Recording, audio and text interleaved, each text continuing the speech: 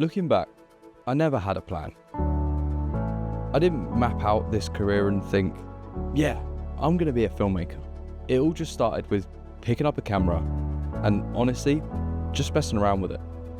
I think a lot of people get stuck waiting for the perfect idea or the right moment to start, but most of the time, it's just about doing something small and seeing where it leads.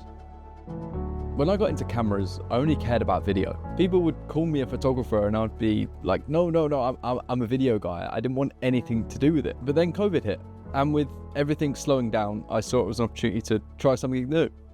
That being photography. It's never something I tried properly before. Like I said, I always try to distance myself from it, but because everyone kept calling me at one, I thought, why not learn how to do it? And honestly, it was mostly out of boredom. I was doing these kind of slow-mo videos that I was posting on Instagram, and I was seeing a lot of stuff on Instagram at the time of people doing fashion portraits out in London and Manchester, and I thought, there's no one really in this area doing it. Why don't I give it a go? And I've become obsessed. Fashion shoots, portraits, wide-angle shots, literally anything, whatever I could. I was doing these shoots for free because I was learning and I was bored. It was COVID. Everyone else was bored. I was shooting with just mates or people I knew from other schools. No models, just a lot of people who were bored around a very dull time. This wasn't a plan. It was because I loved creating and I was enjoying the process. And that's when I started to learn about photography properly. Framing, composition, lighting, lenses, all the fundamentals that have now laid the foundation of me being a filmmaker. And back then, 5 years ago, Instagram was actually good.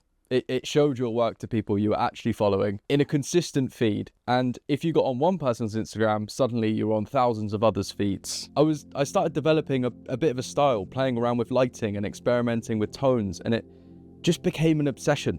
I was doing 3 to 4 shoots a week, thousands of pictures, meeting so many new people. And I was posting consistently for about 10 months, a few photo sets every single week. That consistency really helped me grow, not only on social media, but with people skills too. I think consistency is one of the most underrated parts of creating, not for the algorithm or not even for exposure, but because every time you create, you learn something new. You get that 1% better at it just through consistency. And doing photography opened so many doors for me, not just creatively, but through the people I met. Most notably, one of my best mates, Deeps. We met through that period of shooting. He reached out and said, let's shoot some portraits. And I loved his style and how he looked and the music that he was creating at the time. So I thought, sure, why not? And he was actually my introduction into the music world. And what's special is that we still create stuff now, and we're both creating some of the best stuff we've ever made. And we met during that period of me just doing loads and loads and loads of free shoots. And honestly, I can't thank everyone I met during that time enough, because they fundamentally laid the foundations for everything I know now. Without doing those 3 to 4 shoots a week and those thousands of pictures and just people trusting me and just meeting up with me and just like sometimes in the most random and weird places, but I thought the photos we were getting and the vibe we were creating, everyone seemed like they had such a good time on the shoots, and it honestly was so much fun because we were just creating for the love of it. And each shoot taught me how to direct people who weren't comfortable in front of the camera, people who were camera shy, they had never had their picture taken before. It allowed me to try and get them out of that shell, and that skill is single-handedly the best skill I've learned over this entire course of filmmaking, is getting people out of their shell and learning how to direct people and get what you want out of them visually. And without realizing it, I was training myself to be a filmmaker. It arguably had nothing to do with what I do now, but it was fundamental, me going through that whole process and learning those skills. And eventually people started asking me to make promotional videos for their salon or their small business. And not because I had it in my portfolio that I could do it, but just people assumed that I could do it because that I could use a camera. My photos were nice, so people just assumed that I could do it. I started taking on jobs, £150 there, £200 there, all these different random places that I didn't necessarily post about. I was still posting about my cinematic portraits, but it was helping me get work, but it had nothing to do with video. And I remember after one of those small jobs, I got home and thought, wait, I just got paid to do something I actually enjoy. This was the first time it felt real and tangible, and I could actually start making money from it. That was a huge turning point for me.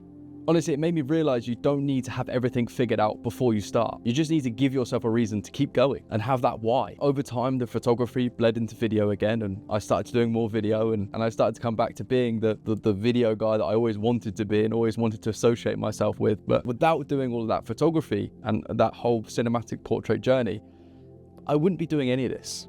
And I think that's something we massively forget sometimes. We wait for that perfect setup, that perfect moment. Really, you just have to start.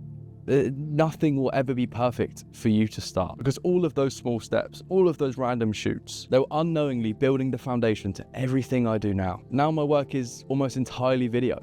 I barely shoot any photos. All the photos I do take are on my Fuji X10, which is very well documented on this channel, that I love that camera and I love the feel it gives, because photos for me is just, I do it for the love of creating. Knowing how to take photos is a nice skill to have in the back pocket as a filmmaker, because honestly, a lot of it just goes hand in hand. So yeah, that's the process of starting, especially for me and my journey. And hopefully you've learned a little bit about how I've started and how potentially you could apply that to your own journey if you're thinking about starting, or you just need to push that button. Hopefully kind of hearing about how I started and where I initially came from, not necessarily being in this whole filmmaking video world, that gives you a little push to just trust the process and give yourself a reason to keep going and let the process shape you.